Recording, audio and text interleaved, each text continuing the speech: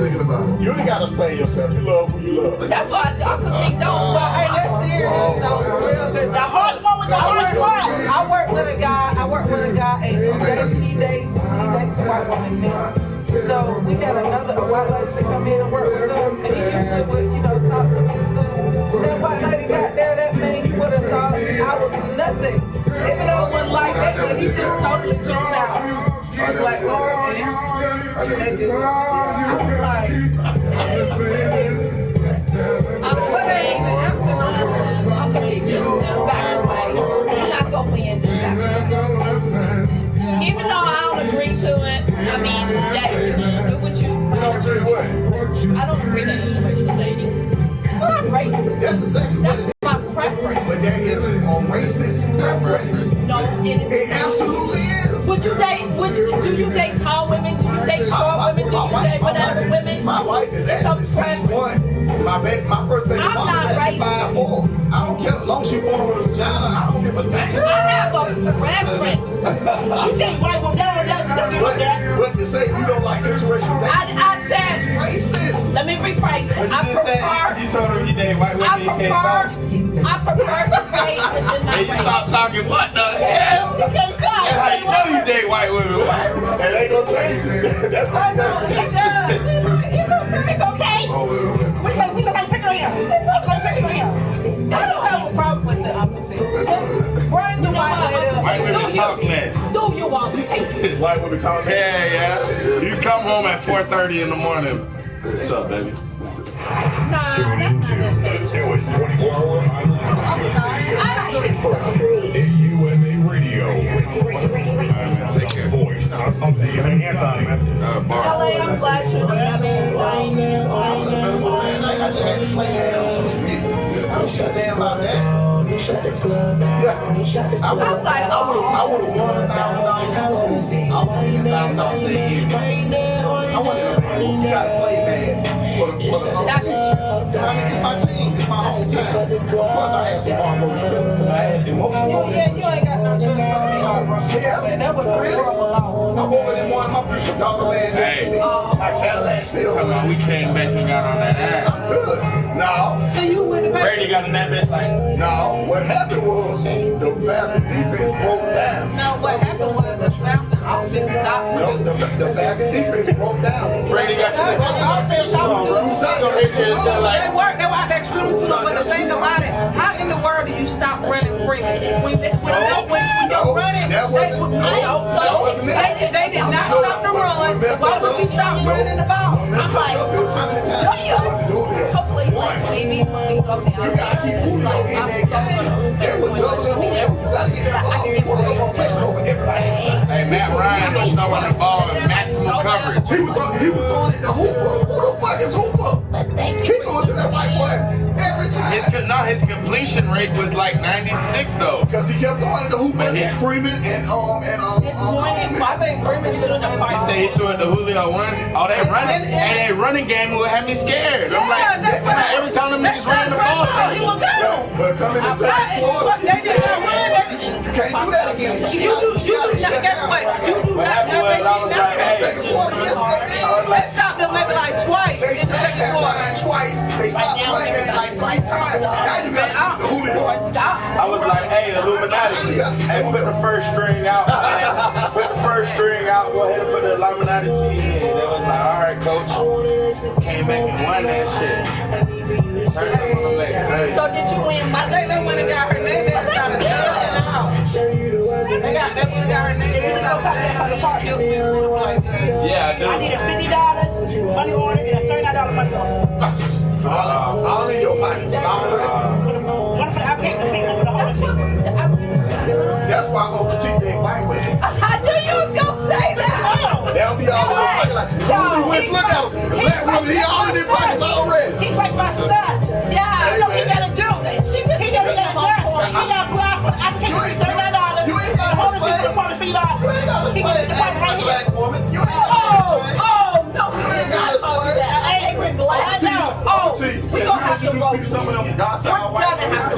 I don't call no black. He's like my son. I'm looking out for him. What's best interest? You just had a show last last week talking about black women angry. I said that's what's wrong with you all. Y'all think we angry. Right. Angry. But that's what we angry. See? That's angry. I ain't worried about it. Just to my point. And thank you for having me on that so I can follow us out, Casey. And you sitting there pouring, she throwing stuff. You just prove my point. We the angry. The only one that ain't. Angry. Because she half white herself. You know what I mean? Look at her lipstick choice. You know she got a little white woman in her. I'm just saying. LA, you killed me. LA, you know what?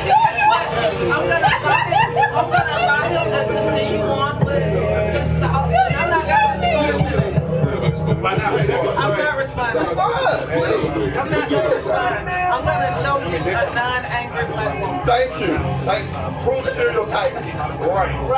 LA, you know you be coming up with those good jokes. He made that $1,000 back this time. Not to make I feel man, what do you listen? You are on the right side. I mean, everybody say I mean, they're like arrogant and I talk too much. Very arrogant. Talk too much. I don't give a damn. Talk too much. Look at him, though. Look at him, though. I don't think you're arrogant. I think you're annoying. I think I'm arrogant. And I got a right to think so. Hey, my bank account allows me to be arrogant. Oh, I like that. You go ahead. So I gotta be arrogant. I like that. I'm gonna eat tonight. There you go. Everybody who's saying calling me arrogant. Yeah. You know what I mean? They putting together money for a Big Mac meal. Yeah. And I can go get steak every day if I want to. I got a new Big Mac. My little girl dressed good. You come to my little girl room, she got more furniture than grown-ups. Yeah. All right, then I need some of that scrub. Well, I still don't want to be arrogant. Why not? It's the same thing, but I like men. Not accepting us. I like my Cocoa Buzz. It's natural. Welcome back to Internet Radio. Serving up the world's best hip-hop from the heart of College Park, Georgia. This is AUMA Radio. What's up, what's up, what's up? Welcome back. Thank you for tuning in to That Morning Show, Monday through Friday, 10 a.m. to noon. I'm Sharrock on the box, and we have... Your girl Katrina came out that girl picture on your baby daddy dresser. Hi, how you doing? What's up? It's that girl, Goody. That's with 3 O's. It's Monday, y'all.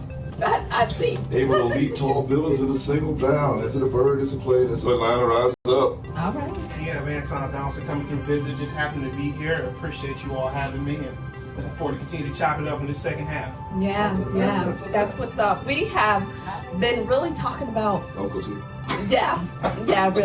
really. It's like, black men dating only. No. Uncle Tom. Don't wait, I'm put a T stamp for Uncle Tom. Oh my God! I knew that was going to cover it. Let's put it on T stamp Not for only. Only No, not dating. Well, black men who usually, majoritarily, date white women. Are they doing it because they are weak-minded and they want a weak-minded woman, or are the black men Are you calling white women weak-minded? No, I'm not. I'm just posing the question. I mean, it's kind of the way you said it's kind of like a I'm nice being little passive. slice. They're passive. They're passive. They're more passive.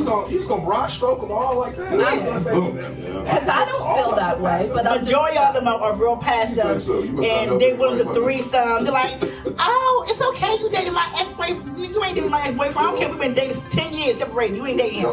well, White women be like, it's okay. Yeah, I think women are women. So no matter what race you are, I think if you're a woman, you complex. If you're a woman, you get emotional. If you're a woman, you're getting, I know it's before 5, so I'm not going to, so I say if you're a woman, you're going to have your monthly just like everybody else. Oh, yeah.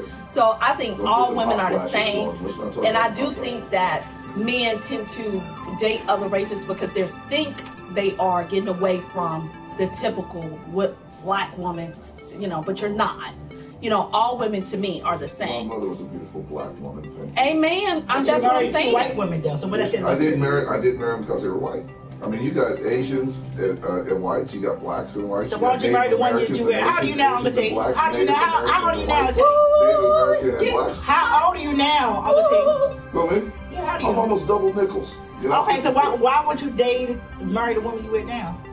Well, because now I'm older, and I know that in marriage there's a lot of things that you know. There's a lot of. You ain't getting no younger neither. Yeah, but hey, I'm not a bad catch, baby. You're not. Like a bad catch. Awesome. Yeah, but he ain't tell you the second part, did he? Right, a bad catch. I got a little. He's still married to his second wife. He's still married. So he got a side chick. He's still married. So he's still married. Like you're cheating on your wife. I'm You're not. going to hell. You been committing adultery. No. And that woman that knows that you're committing adultery, y'all going to hell. He's right here. You're going to hell. He's in this book. Flag on the flag. We're going to pray for him, y'all, because he committed adultery. Flag on the flag. Every sin is a sin, but he's still committing adultery. That's the greatest sin of all. Flag on the flag. No. Yes, you. Yes. Okay, so we're gonna talk about second half because Uncle T gonna need it after K-Rock get finished with them. We're gonna dive a little bit deep. You know, this is something that's really, really dear to my heart, and I share my story with you once I tell you the topic. But I think it's ultra important too. This is Health Week, and on Monday this is gonna be Mental Health Check. So, Mental Health Monday. And just to let you know, I think it's important to talk about it. And I want to also go ahead and put out there, if you are suffering from depression or if you're suicidal, please contact the National Suicide Prevention Lifeline at 1-800-273-8255. I'm going to be repeating that number throughout the rest of our program because I think it's ultra important. Make sure you all follow us on Facebook, Instagram, Snapchat, Twitter, and AUMA at AUMA Radio.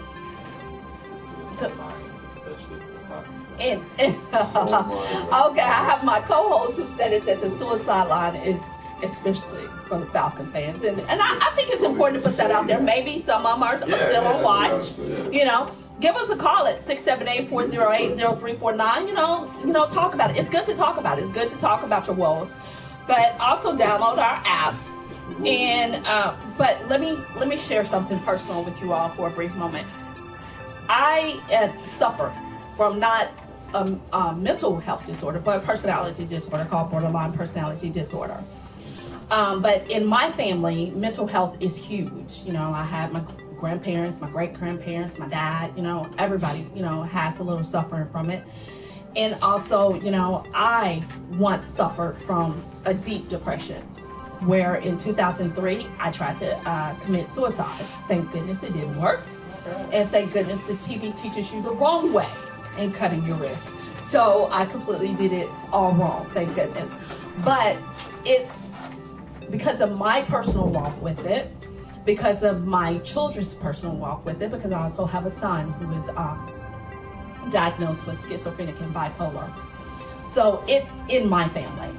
And I believe also because of in the United States, the suicide rate has climbed high, especially among young girls. And if you notice, we have a lot of, unfortunately, when technology changes, it opens the doors for a lot of other things to be seen. And so we have had a lot of suicides being, done on Facebook Live. Right. So, we're here talking to you on Facebook Live and on YouTube and on Instagram, but there are other people who decide to end their life, on these social media sites as well. So it's extremely important to talk about it. And I just want to be transparent to let it be known to our listeners that I admit I'm transparent on where I'm at. Praise God that I'm not on any medication. I'm good. Hey, it is what it is. But I do feel, especially in the Black community, that it's something that needs to be talked about instead of hush hush or girl, go pray about it. It's sometimes you need more than just prayer. Sometimes you need medication, and even if it's for a brief moment to to clear the fog and give yourself time to think. And like I say, when I tried to commit suicide in 2003, I was in therapy. I was on medication, and none of that helped. What I did was I called around and was like, hey, if you kill yourself, will you go to heaven or hell? And I asked so many people, but it just so happened that Jehovah's Witness came to my door, and I asked them, and they said no. I was like, oh, okay. and I went upstairs to do what I do. But like I said, thank goodness I'm here. But that my being here allows me to tell my story to help someone else. So again, if we're going to talk about it, and if you're at that point, please get help. Make sure you call the National Suicide Prevention Lifeline at 1-800-273-8255. But I'm going to open it up. What you all think about it? I want to ask you a question, because my thing is, and I'm thankful to God, but I've never been in of course we've all had some dark places, but I've never been in a place to where I'm like, you know, I wanted to be. How did I get there? And like, what made you just give up like that? Well, for me, I was at the point where me and my ex-husband were having difficulties, and I took on a lot of guilt, a lot of responsibilities of the stress of our downfall of our marriage, and of the fact that he was in one state, I was in another state, and we really lost everything. We lost our home. I lost my marriage, and I, at one point in time, I identified myself, and that's what I was talking about, identity. I identified myself by my title, which was a wife and a mother, which is so wrong. And a lot of women tend to do that. They put their all into their kids. They put their all into their marriage. You should put your all into God. You know what I'm saying? Right. And allow focus on Jesus, and allow Jesus to fulfill your needs through the avenues of other people. I kind of had it twisted. I put my all into my marriage, and I put my all into my kids. So when my first marriage, broke up and collapsed, I was like, okay, who am I? Because I identified by being a wife. And then when my children were hollering for daddy, now I suck as a mom, which I identified with being a mom. And so that concept took a lot, and I went down a deep path in which I couldn't climb out of, and I was surrounded by my black community who were saying, pray about it. So I prayed and I thought that since it wasn't working, now I thought, my faith this week, which, made everything a lot worse. So the more I prayed, the more I couldn't climb out of it, the worse I started feeling. And so I was blessed to have my dad, who was like, you know what, enough is enough. You need help. He literally saw that I needed help, because he walked into the house, just, being transparent. He walked into the house when I was in a moment where I stuck my hand in a pot of boiling water. And because I thought that I deserved the pain. I thought I deserved all this because I was causing my kids a lot of pain, and I was causing a lot of things. So I was just in a bad space.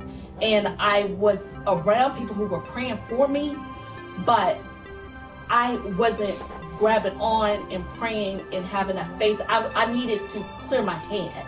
You know what I'm saying? Because you can have faith, but if you're not willing to open up your heart, mind, and soul completely, you're going to stay where you are. And unfortunately, that's what happened. And so in the process of getting help, it still wasn't working. So I was still going down that deep path. And at one point in time, I thought there was no other way out. And I told myself that my children would be better without me. Like literally, I felt that they would be better fit if I was not here. So because of that, I took 500 Tylenol 500 milligram pills.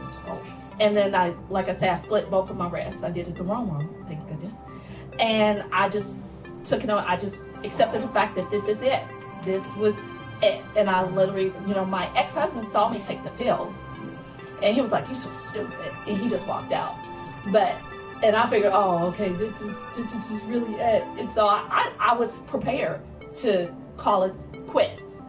And I was blessed though that at the time, after I did all that though, my dad came into the house and he was like, "Come for a ride with me," and I was like, "No." And and like I said, I had already cut my wrist, and it started clotting. It didn't just bleed because I did it wrong. So it started clotting. So I reluctantly went for a ride with my dad, and he didn't know what I did. And in the process, he had a little conversation with me. But in riding around, I was getting sleepy. The effects were starting to kick in. And I was like, "Dad, I'm so tired." And he was like, "You know what? Take my car back home, and I'll just come and pick it up later." So I drove his truck back to the house, went into my room to lay down. Now, at this time, my children had went with their dad to his mother's house. And ironically, grace to God, my therapist called. And, you know, my mom at the time usually didn't answer the phone, so I answered. And he picked up on the signs of the labored breathing and all that kind of stuff. And I just hung up, and he called and called, and so my mom finally answered.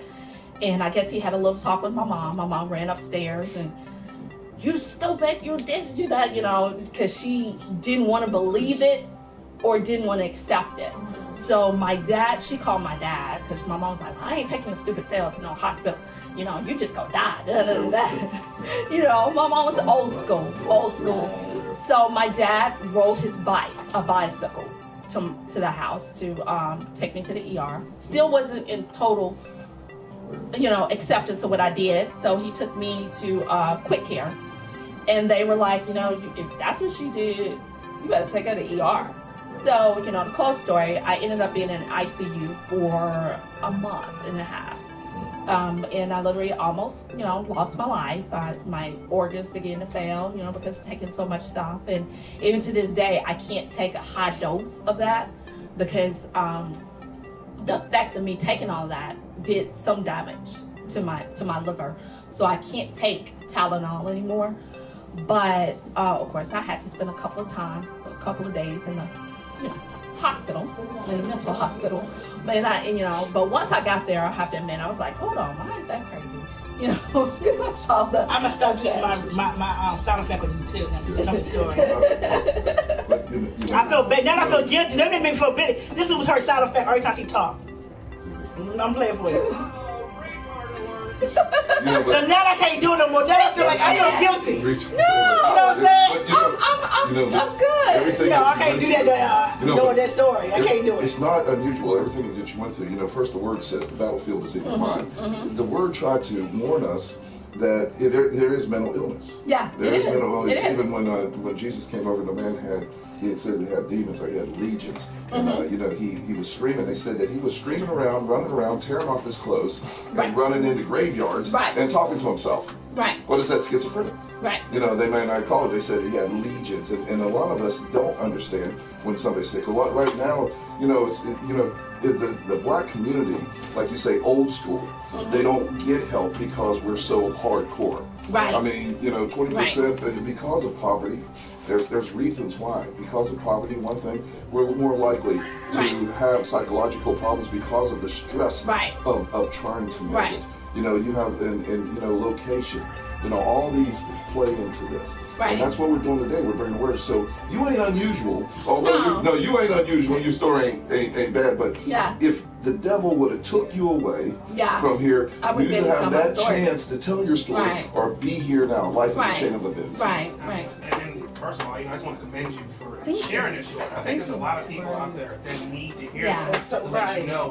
Really be able to focus on the fact that when you start to feel yourself slipping or starting to get yourself out of control, you know, outside of your norm, there are resources out here at your disposal that you can actually utilize. There's nothing wrong with asking for help. And I think a lot of times, like you said, we get caught up with this macho code, this machismo, as they say in other cultures, where, you know, we feel like, hey, you know, it's gonna be all right. You know, sometimes it's nothing wrong for asking for a little bit of help. You know, sometimes you know, the weight of the world is too much. It's too much. And not everybody can handle it. And like you said, you know, prayer is good. There's nothing wrong with prayer. I always encourage prayer. Sometimes you get your prayers answered by people showing you resources and pointing you in the right direction. You're just not utilizing or recognizing the signs.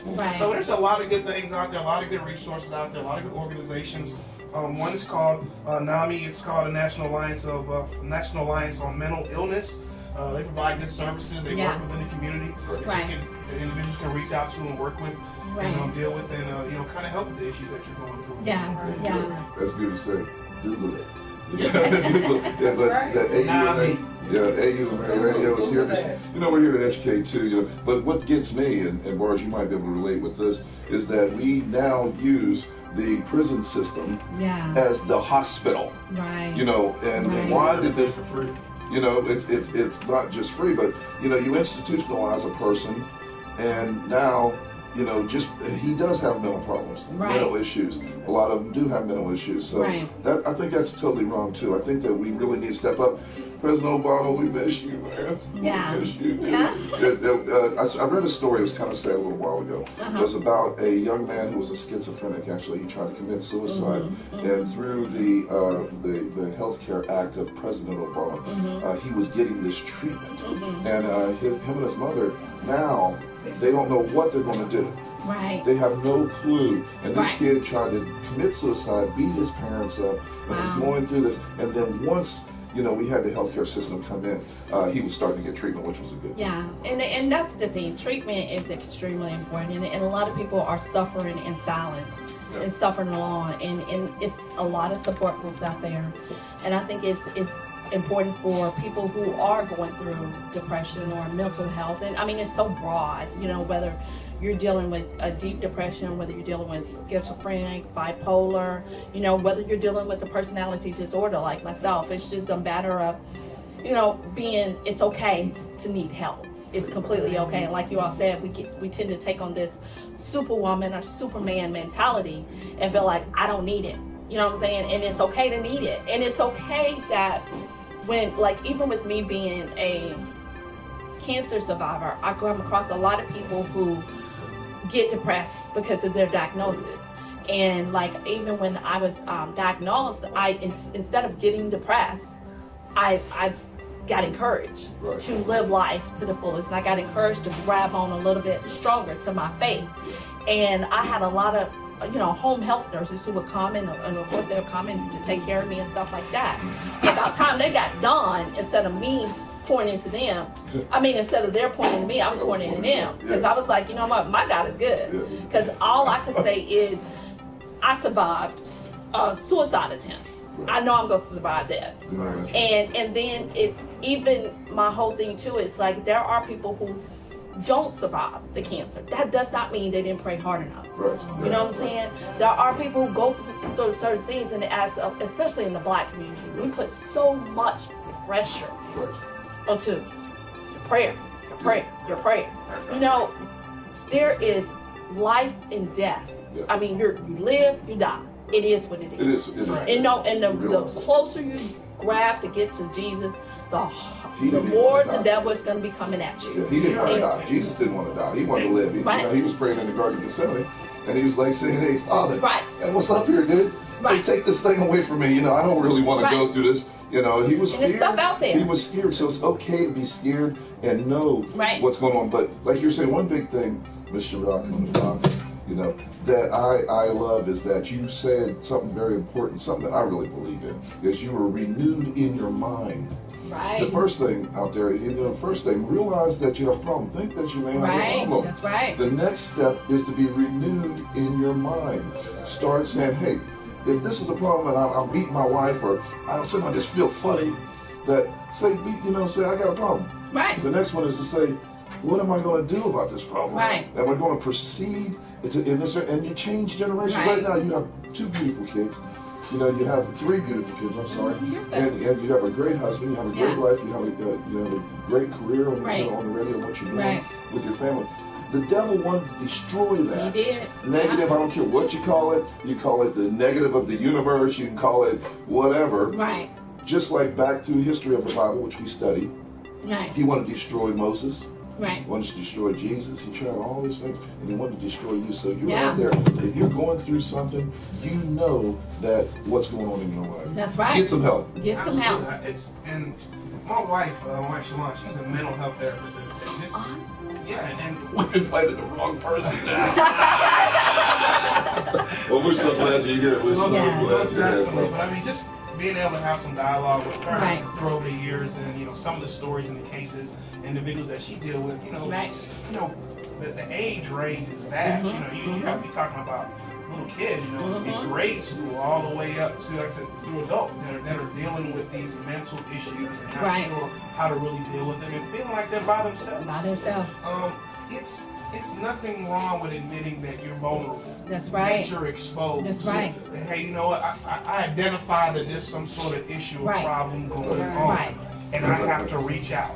And that's what I hope that we're able, by sitting here having this conversation and this dialogue, that somebody, you know, that says that, hey, you know what, something's going on. I need to talk to somebody. Right. It's okay. Tug on somebody. If you got me, pull on somebody's shirt. Pull on somebody. Hey, let's have some dialogue about it. Right. There are techniques. It's not everything requires medication. No, it's techniques. It's techniques. Like I said, it's things outside of prayer for those who don't believe in prayer. I mean, there's things and measures at your disposal that you can utilize to help you deal with what you're going through and stuff. I believe, I definitely believe strongly in prayer. Without, and like you said, you know, everybody may not believe, but I do feel that God gives us. He has created everything, so He creates those other outlets or other things that you can use. You know, so there is so much out here, and I think this is a real heavy topic that I think definitely in the Black community it has to be discussed. And I think we're starting to become a little bit better with it and get a little bit more comfortable with. Hey, it's okay that let's go talk to somebody, and that's not a friend or not a family member, you know, because it's easier to talk to someone, you know, that you know or whatever, but at the same time though, it's better to go and talk to someone that don't have that emotional attachment to it. You know, so you know your family too. That's one thing. You know, you got if you have a problem, a lot of times it's the worst one to go to. I mean, you know, because they, you know, they're not haters, but you know, they look at you like, girl, you need to be tough, that whole thing. But you know, we're 13.2% of America, African Americans.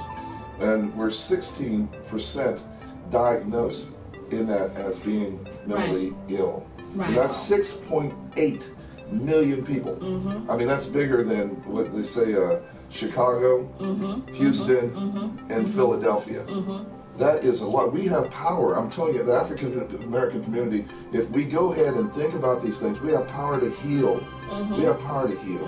And right now, this is what AUMA Radio is doing. We're putting out this word so you can be healed. You know, Atlanta, you can be healed. I know it was bad last night. Let's get a little lighter. It was bad last night. But you can be healed. That's right. And it's not Atlanta just needs to be healed from that. Yeah, y'all don't be depressed out there. Hey, I got six on my hat. We're moving on. We got 6 on my hat, you know, and I have lost a few. So let me tell you, there is next year. And you know, I just want to say, I also feel that it takes a stronger person to admit that they need help. You know, a lot of people say you're weak if you need it, but it takes someone stronger to admit that they need it and to actually go get it. You know, because that was, like I say, a big step for me, because a lot of people close to me, including my mom and my sisters and at the time my dad was the only one who, you need help. And he literally took me to it, because everybody else around me were like, girl, that's just you. You're just full of drama, or you just not praying enough, or you're just this, you know. But like I say, it's genetics as well as, you know, a lot of things that I was going through, you know. And also with my son, my oldest son, who was diagnosed with schizophrenic and bipolar, praise God, he was in Winter Park, Florida, going to school at Full Sail. And you know, the stress, they say that when you get in your like 20s, young adults who are like in that 20-some range, that especially if you have genes for it, that it can come out at that point. And unfortunately it did. You know, we had him set up, you know, in his apartment, going to school, everything that a young adult could think that they wanted and need, it was set out for them. But the stress of being away from the family, the stress of school, going to Full Sail, which is like a high-paced school in itself, it got to him, and he broke. And in breaking, you know, I was, praise God, he was blessed to have a good Samaritan, because he was in Florida. You know how they are about in Florida. But he was in the middle of the interstate. And he had left his apartment, left all of his stuff, and he had told his friends that he was basically going west. He felt like the Lord told him to go forth and save these souls. So my oldest son was in the middle of the interstate trying to save souls, and in his mind, he was going towards the light of Jesus. And it was evening time, so the lights were headlights from the cars. And so there were good Samaritans who were, you know, there were people who were going around them. Then there were also there was one particular person who I'm so grateful for, who pulled over and got him out. and they did, call the, the police, and he was sent to a hospital, and we had to go pick him up, and unfortunately he dealt some time in a mental institution here in Georgia. He did actually have 4 different stints, and his schizophrenia was bad. I mean, like, he was in full-blown mode for a good year and a half, which was, it was emotional on me. It was emotional on his siblings to see their older brother, who was this strong black man, now become this weak, in their eyes, weak baby-like individual. Right. And so we're blessed that he is no longer on medication, but he still suffers from it, of course, so we still monitor it. But like I say, it is genetics, so we understand that. But he unfortunately had a moment where they say that, like, sometimes when you break up, you grab onto the the closest thing to you. Right. And to him, it was his faith. Yeah. So my son literally thought that he was a god. He was like, I'm a god, and he felt that it was his duty to take on the sin of the world. So he felt that he needed to punish himself, right, because there was so much sin in the world.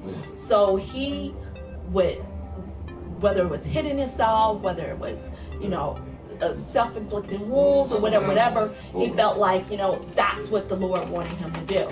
And as much as that was his reality, so no matter what we said, that was his reality. And so it took prayer, it took, of course, talking to him and not necessarily denying, but not necessarily affirming what you're thinking either. So it's a fine line between what you do. But like I said, blessed, he's good too, so it's as I said before, and I'm very transparent with my story, and as you can see, it does hit home, and I do think it's extremely important for us to talk about it. I totally commend you. Seriously, Sherrod, because that's huge. That's so huge to to be that open, and I call it getting naked. I mean, and allowing somebody to see, because that's a real heavy. That's real heavy. Real heavy, and I guarantee you somebody is possibly gonna get some help today just by you sharing your story. And and I'm gonna say this. I put this out here. If it's somebody out there and you don't want to call, or you just want to talk to somebody, y'all can call in. Call us. And so we can at least point you in the right direction, or possibly pray for you if that's what you need, or or get you in some direction that you need to go in, because we want to be of assistance to the community, and we want to be that connection. Don't be afraid. It's not that unusual. I mean, it's just that young black kids or young youth are less likely to die from suicide, but more likely to try to commit suicide. The statistics what says. So it's not so. You're not alone out there. So you're not the only one that having these feelings. I mean, you're young. When I was young, we turned to drugs. And that didn't help the matters anyway. I lost more friends in junior high and high school than you can imagine. It seemed like every other week we was going to a funeral. It was just crazy. I mean, they were shooting themselves and hanging themselves and this and other. And it was from, I believe it was the mental health thing. And then instead of getting mental health, then they self-medicate. And then through the health by drinking, by smoking, whatever their drug of choice was. Back then it was acid. Now they got all kinds of stuff. Right. And it was back then. That's what you say. I'm always getting negative over here. But back, it says when you're a child, think as your child. When you become a man, put away your childish things. And I'm a firm believer now. God's released me from all that, except for a few beers here and there. And but we do want to get you some help. You're listening to AUMA Radio. You know how to get a hold of us. That's 678-408-0349. We'll put together a list for you where you can get some help. And also, the Queen of England, the son, the Prince Harry, the one with the red hair, Prince Harry, he was having mental health day today. So this is a mental health, this is a worldwide, I mean, we worldwide, baby. That's I got people in Norway that's listening, I got people down in Dubai that's listening. I've been contacting people up in Detroit, Michigan. We got big LA. So this is a worldwide problem. Yeah. This is not just around here in Atlanta and College Park. Yeah, and I will also say too that it's like it's one of those things where when we're talking about it or stuff like that, a lot of people tend to think, like you say, that they don't want to get naked because they tend to think, well, you know, you don't tell nobody your business, you don't this, you don't that. But I'm a firm believer that we go through to help. You know, I don't believe in us going through to keep it inside. You know, and so any trial or tribulation that I have ever went through, I'm a firm believer that I'm willing to tell it because I never know who's going through it, who's coming out of it, who knows somebody who's about to go through it, or knows somebody who else is going through it. To me, it's important to, you know, say how great God is and how important, you know, he showed his mercy and grace to me, and I'm here because of, you know, and I know there are different faiths out there, and everybody believes in something differently, but even with that, there's still the connection of you don't go through anything and just keep it to yourself. Help someone, motivate someone, encourage someone. I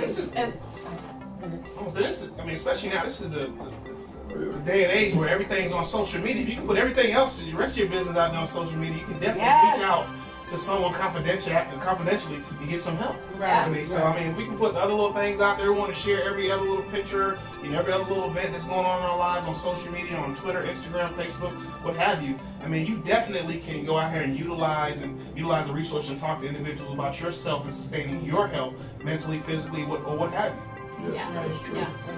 All right. Well, I'm going to give you all that 800 number again, 1-800-273-8255. That's the National Suicide Prevention Lifeline. Please use it, and, you know, to get help. And we also have the mentalhealth.gov is out there. That is a one-stop access to U.S. government mental health information. And you can go there and it explains the basics of mental health, and it's there to educate and guide you. And we will be right back at you. That's what's up. Yeah,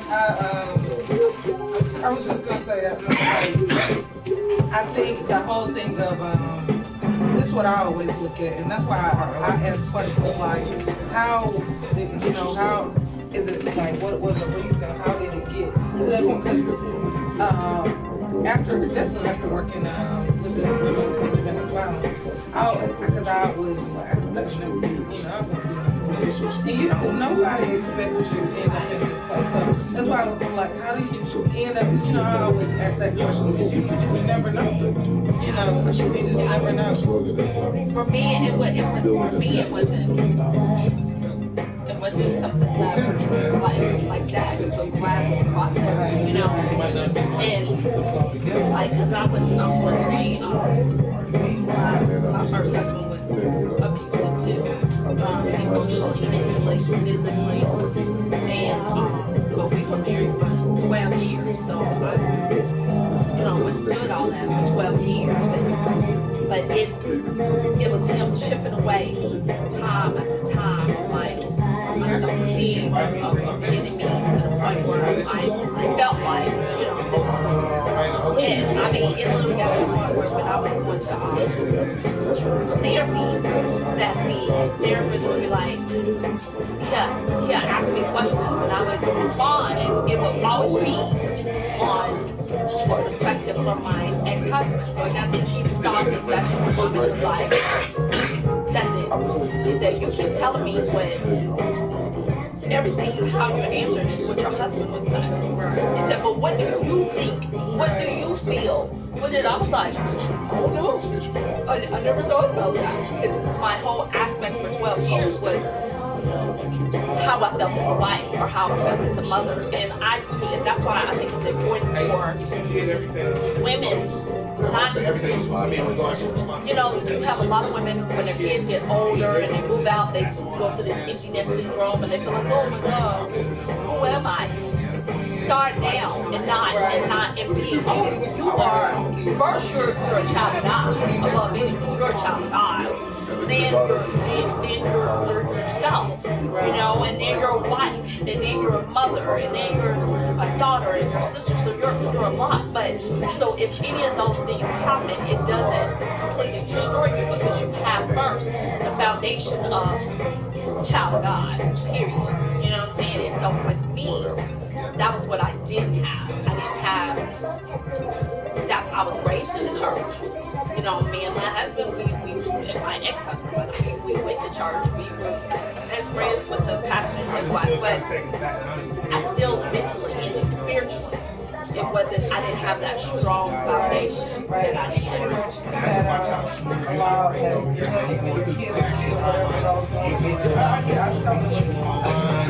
You multitask, you still have your thoughts going, and you whips and you get close and sitting there watching you boys out there on and you guys one over cracking jokes. I mean, it's just a good vibe. Yeah, it's just a vibe. I wish I sounded, you know, my wife, man, she definitely, she was experience here. She has an undergrad in psychology international. Wow. She was the one. Wow. Yeah, because she was working for a couple companies that actually worked for one main company. As a contractor, and you know, kind of does a little side work. Call it like you do some evals for them, you do some kids, you do some assessments on them for you. So just listen to some stories. Yeah, she's a youth counselor. She's with youth counseling. Okay, that's all right. Yeah, good youth counseling. Oh yeah, outreach. I do outreach with kids from ages 5 to 18. Okay. Yeah. That's about the similar age range to my wife. Like I said, she's in a new job now. She started this year, probably about 6-7 months ago. For about 7-8 years, she still does some part-time on the side to help out some of colleagues who branch out at their own age. Right. Working with trouble kids, going into the schools. She's telling me stories about these little girls giving fellatio and middle school. Yeah, in the bathroom, doing stuff. They get touched up by their parents. This one stealing stuff and she having to go to jail. And I mean, she been going through that for years, telling the story. It like blows my mind. The age group. I had a 6-year-old on my caseload, and I just couldn't understand how a child at 6 can be so. She had all these manipulation techniques, and it was so troubling to me. I'm like, you're only 6 years old, baby. Like, what? Like, I'm telling, right. So I'm like, how can I grasp my head around this stuff? Like, I'm telling you, it's so crazy. This stuff, like, I will say mine is kind of light. I don't have not too extreme. My stuff is more so we're dealing with emotions, behavior modification. So we just probably, maybe you don't want to listen. We're trying to, more so work with the parent and kind of get on some kind of same page, that kind of thing. Yeah, so kind of be going in the home, meeting with the parent and the child, or have the parent come to the office with the child, and stuff like that. So I mean, I was just like, just what you all do, it takes a special person. Yes. Because one of the biggest things I'm always so amazed at her was that when we come back, she would come home, she comes home, whatever, me and her might have conversations about it. She's not like worn down or overwhelmed with tears, whatever. She's had the strength to just, like, this is part of my job. I gotta keep going. I gotta keep pushing. You ought to have the fortitude. I don't know. I get more down. You may know when the song, the last song. You did it? But it's heavy. I actually had to drop my caseload down because I was like, it's becoming a little bit overwhelming. You're dealing with all these different personalities, and so I'm like, I really want to be effective. So I had to kind of drop my caseload down to I feel like and I'm like I'm good. I just say I I can't take on it. It's too much. And there's so many kids out there that need help. So the demand is crazy. Yeah. That's like I said. She started working with them back in like 2009. So she's working for the company. She's a contractor. Right. So people kind of came and go. People branched out, started their own business, and they'll be like, hey, you mind doing some part-time work for us? I know you don't want to leave. You don't want to leave your full-time job. You might pick up. So she would do that.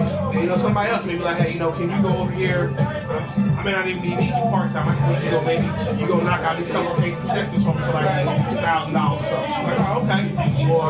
And that's how she's been doing that for years, and then she just got kind of tired of dealing with the bank issues. So she left, like I said, probably about 6 months ago. I can't think of the name of the company.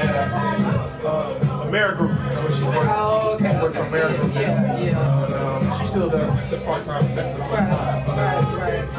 But yeah, and then you got so many different genres with that type of counseling for kids. I mean, like you said, the sexual thing. Then you got mental. It's just so much. That Billy, no. I'm sorry. Okay. Rock on the bottom.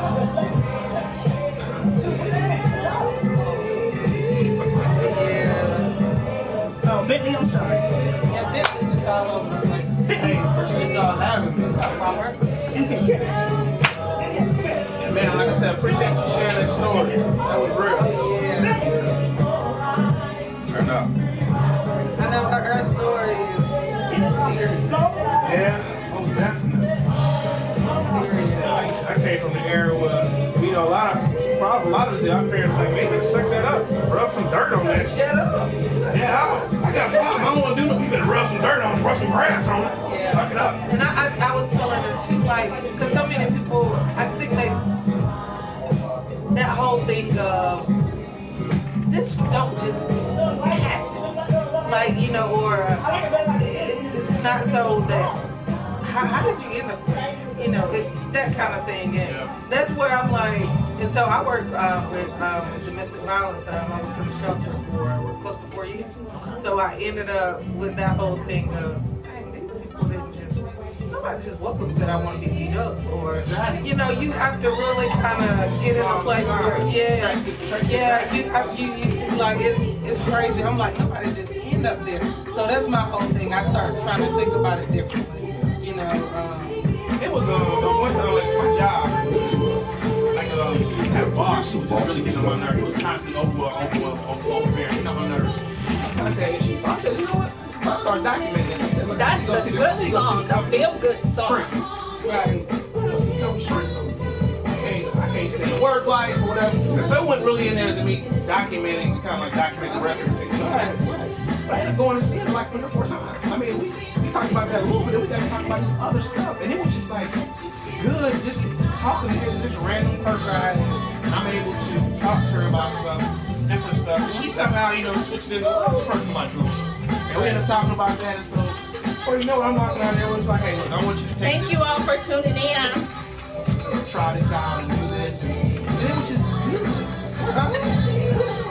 Wow. Right. No, not at all. And I recommend. We will be back after this song. Mary J. Blige, that's fine.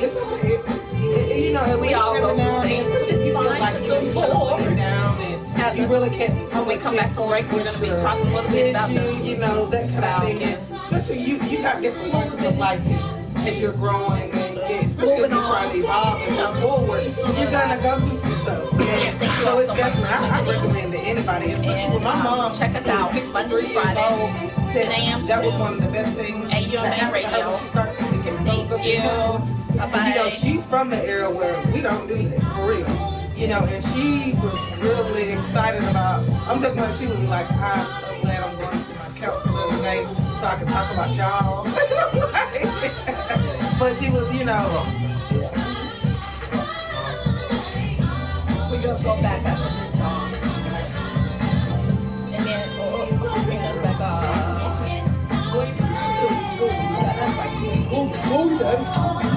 Cool. I'm going to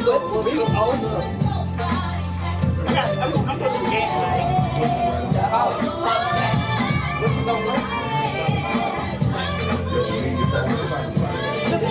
No, I'm a season ticket holder. I let her go this Saturday. So you go back. No. Two tickets. Let me get your dog to study. Everybody want that. I want to see Karen. What your seat says? 100. That's first. Nigga, that's a ticket. You don't know? She said, "What my ticket? I want to know." Nigga. I want to go to the game. Oh, Kara, let me get your tickets for Valentine's. Valentine's Day? Yeah, I'm gonna take mine. What's on? You ain't got a boyfriend. You got, girl, put that hoe not in. You got a boyfriend. I'm a lesbian. Well, you been holding that one in. You know, you did say that you interacted with a woman, so I don't know what you got going on. No, I ain't touching her. Don't let her scare you up. She come out with that. Hey, one red pill, two blue pills. We coming back.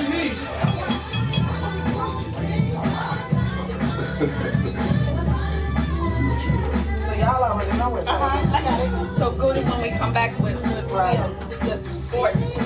Yeah, I can bring I got a fun fact. You do? Cool. Yeah, it's kind of like the segment out of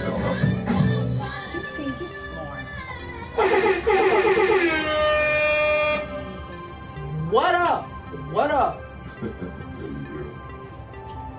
What up? What up? What up? What up? What up? What up? Man, so y'all already know what time it is. Little sports talk with your girl Goody. That's with 3 O's, not 2. And we need for y'all, man, hit us up because I know y'all want to talk about this right here. So, Falcons, what happened? What happened? Man, okay. Let me just say y'all this: 678-408-0349. What you say? I need some help. Can y'all tell me what happened? And you know, we talked about this, and I did jump on the bandwagon finally after they defeated Green Bay. And I feel like, you know, hey, I tried. I tried to be a fan. And I'm from Georgia. I am originally from Georgia. I've tried to like the Falcons. So I'm trying to figure out what happened. I hear a lot of people saying, you know, of course, that the offensive coordinator, he will be leaving and going to the San Francisco 49ers coming up in this 2017 season. So, hey, a lot of people feel like he didn't put as much emphasis on the win. And I'm like, no, I don't think that's the case.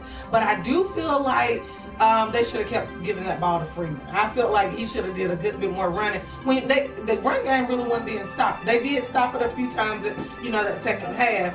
But I'm like, come on now. When you're up like that, you're supposed to pound that ball. And I'm just trying to figure out what happened, Atlanta. Like, what happened? What? The Birds got shot down. I mean, like, it was ridiculous. How do you not score at all in the fourth quarter? Super Bowl. Like, Atlanta, come somebody help me to help y'all.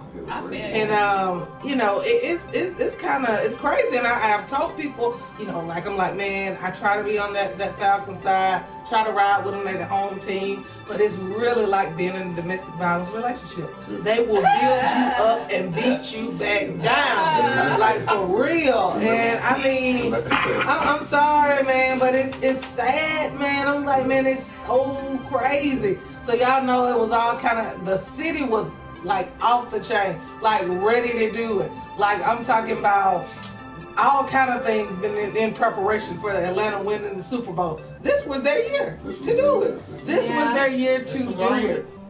Yeah, and unfortunately, I don't know what happened. I don't know who called who and told who what. But somebody need to do something, because that is a bunch of bullcrap. How do you be up going into halftime 21-0? I know I got to play the game, Madden or whatnot, and they call it a tap out. Like, ain't no coming back at 21-0. So I'm trying to figure out how did Atlanta, and then they were, okay, I remember I was telling my family it's 9-28 at this time. I'm like, the thing about it, y'all, Tom Brady gonna keep scoring. You got to keep scoring too, and he gonna keep scoring. How do you not score, man? I'm kind of sad because I wanted to see Atlanta win though, a Super Bowl. I really did. They've never won a Super Bowl. Once again, they still have never won a Super Bowl. Yeah. Never won a Super Bowl. Can I say that again? Go ahead. Never won a Super Bowl. So I'm telling all y'all fans out there, and I'm talking about the real fans. I commend y'all real fans because a lot of y'all really ain't real fans. A lot of y'all were rooting for somebody else just a little while ago last year sometime. So I'm talking about the real fans. I really do feel sorry for y'all today, and you know, Falcons. I think you're gonna come back. You're gonna make it back because they got a pretty young team. So what y'all think? How y'all feeling about Atlanta's loss this morning? Mental health. We went over mental health. So you know, it's a fact that banging your head against the wall burns 150 calories an hour. But so guess what? You all might need some help. We got some numbers. We're going through mental health. You know the Falcons need it. Yeah, they did. I know a bunch of them was banging their heads against the wall last night and all kinds of stuff. But you know, it's part of the game. There's 2 Pittsburgh Steelers fans sitting up in here, and we get there, and then something just happens. But did you hear that fact? If it said, what did it say? If they get the MVP, if the quarterback gets the MVP award, that team normally loses. Did you know about that? Yeah. That's the first time I heard it. I thought in most cases the MVP usually. It kept going across the news and the media, and a guy told me at work the night before, he said, Terry, go bet your money. If he gets the MVP, they're going to lose. It's a fact. Wow. I just know that it stung, and it really hurts, and I don't really know at what point I'm really going to be over it. I mean, I can't watch ESPN at all this week. That will not be on. I'm a huge CNN watcher, and here I go. I turned on CNN this morning. They have the Patriots on twice in 1 hour. So I'll have to change the channel. I can't watch CNN. So, I mean, it's just going to be... It's very disheartening. We're going to have to hear about this for weeks, for months, into the season, how we gave up the biggest that's Super Bowl margin in history. And winning overtime. And going into overtime, taking the loss. I mean, the city was really looking forward to it. I mean, at the end of the day, it brought a lot of enthusiasm and excitement to the city. Atlanta was really turned up. They were turned up. Lit. Ready. I mean, people are already telling their bosses last week, well, listen, if the Falcons win, we're not coming to work next week. I'm taking some days off. There was a dude that I seen on my timeline. This dude said, if the Falcons win, I will be taking FMLA F work. And I'm like, are you serious? Like, it was so crazy. So crazy. I mean, people were really on it. On my Facebook Live, my homie Eagle, what up, boy, AMB? He says, I said, what happened to the Falcons? He said they played the Patriots. And that is a true fact too. Now, you gotta dealing with Tom, and so it's just tough, man. Like, I think this is one of the toughest losses, like, in the history. It is. Like, for real, it goes down. I don't know. This is a tough. Yeah, like, seriously, how do you? And it was so crazy. I watched like like my whole family pretty much, and my mom just kept saying, "Why don't you just shut up?" Right. So, cause my thing is, I've tried to be a Falcons fan, but I'm a forever team 49ers. I grew up with the 49ers, and that's my team. So I'm loyal to them. I stick with them. But of course, the Falcons are home team. I'm like, well, I'm gonna try to run with them. I'm gonna see what they're gonna do. Man, when I tell you, once again.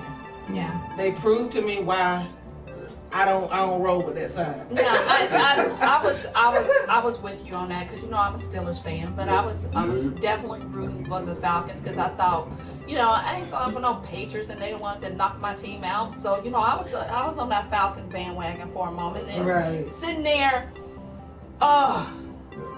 my goodness, I was sitting there enjoying the game, seeing Julio Jones do his smooth Michael Jackson criminal moves, and then see him transform into doing the Michael Jackson lean, and then he was doing, I was like, I didn't know if I was like, this dude, he really needs to go to Broadway. I mean, do Nutcracker and Michael Jackson all at the same time. Because, I mean, he was on his tippy toes like a ballerina and leaning like MJ at the same dang time. And then I was like, at first the Falcons defense, I'm like, they're like, this nigga right here, this shit right here, nigga. This is that defense, nigga. And this is that defense. The crazy part about that catch is that catch is probably going to be overshadowed and almost forgotten. The Falcons would have won. That probably went down as one of the most prolific catches since the Odell Beckham one-handed grab. Because that catch was amazing. When I saw that, I was like, you know what? Hashtag Julio is a savage. Right, certainly. He is a monster. A savage beast. Yes. You gotta put beast on it. You gotta put beast on it. When I tell you, I was like, I said, this dude just, because I've been thinking, I'm like, man, this dude on some supernatural stuff anyways. But man, this dude, I was like, oh, first of all, I'm talking about man all over you. And I mean, who stretched out like that? Get the toes down. And that's why them toes broke. That's why them toes broke too. Julio Jones is a mutant. He might be an X-Men. I don't know. He's not from this world. He has special powers the way he played yesterday. And I just wish they could have kept that. You know, and they didn't, and that kind of like hurt my heart because I'm thinking, oh, we are in this, we got this. That's, you know, I'm like getting all lit for a moment. I was like, whoa, but then. But you know, it was so crazy. Dropped it. It's so crazy at the other thing that I did. We had probably about 200, probably 150 people there. And they're all Falcons fans, and they were just going off. I mean, we had 2 large TVs set up and everything for them, and you know, they was just, oh my God, you could hear a pin drop that place when it went down. So, but you know, that's the way. That's the way. No, but I'm telling you about the Falcon fans. They dwindled down though. They dwindled down like the whole house. They were they crunk their dancing, and then so once you know, we got it. Yeah. We got it, and everybody started. And guess what I was telling them? I said, y'all, one thing about it, when the 40's not playing and we down like that, I'm still up. Even when we got it, we still up and going. I think they smoothed out too much. They got too Southern comfortable. And I got a poem I want to send out to the Falcon fans. Go ahead, girl. It's called Birds That Go. All right. Go ahead. Birds that go, let me tell you how I know. I see you fly high, and then you flop low. Birds that go. Yeah, y'all be that was so poetic. Thanks for not only sticking the knife in on this Falcon tail, but you actually twisted, pulled it out, twisted it in. I mean, come on. 49ers Nation. Y'all got to be real fans, though. I know when Pittsburgh season ends, my season ends. I have no other teams. Absolutely. I've never wanted any other teams. I've been one. Hey, when you talk about it, but that's how it rolls. You know, I got a few. I let y'all see. If y'all could just see all the 6, I was hoping y'all would get 1. But I tell you, they're coming up. Brady and them are coming up. They got 5 now. They got 5. Pittsburgh better do something. No, Atlanta better get a Super Bowl. I'm thinking they gonna wait till 2019 when it comes to Atlanta. You think so? It's true, but you can't live on yesterday's successes in your life or in football or sports. You just got to pick it up, figure out what went wrong. If you had a bad day yesterday, you wasn't doing, just like the Falcons, figure out what went wrong, correct it, and move forward. That's what you got to do every day in your life. Yep. Absolutely. I like that. So thank you all so much for tuning in and joining us Monday through Friday, 10 a.m. to noon. Yeah, man. We appreciate you. We appreciate you coming in. Let us know where we can find you at and all that good stuff. You're gonna be hanging out with me. Most definitely. Like I said, I appreciate you all having me. Thank you. I thank you for everybody that was listening, and I just appreciate the opportunity that you all let me come here and share and impart some of my knowledge and get an opportunity to participate and share your wisdom with me too. So I look forward to working with you all again here in the near future. That's what's up. Hey, you know how it goes, how it rolls. Hey, we got some things going to be happening in the future. We have more guests this week. We're at Health Week, so this week we're talking physical health coming up. What else we got? Tomorrow we're going to be dealing with spiritual things. You know, spiritual healing. We talk about mental health, and we want to put that little guy. Spiritual health. Yep. So there's a lot. You guys got to check us out. AUMA Radio, you know how it goes, dude. What you say? Yeah. Well, we appreciate y'all for tuning in, and we are here Monday through Friday, 10 to noon. Y'all make sure y'all hit us up. Check us out. Facebook, Instagram, Snapchat, Twitter, Chitter. 678-408-0349, www.aumaradio.com. Y'all know how we do it. Keep God first. Never switch it. Just team up and stay that way. Worry about yourself. Man, shout out to the Falcons.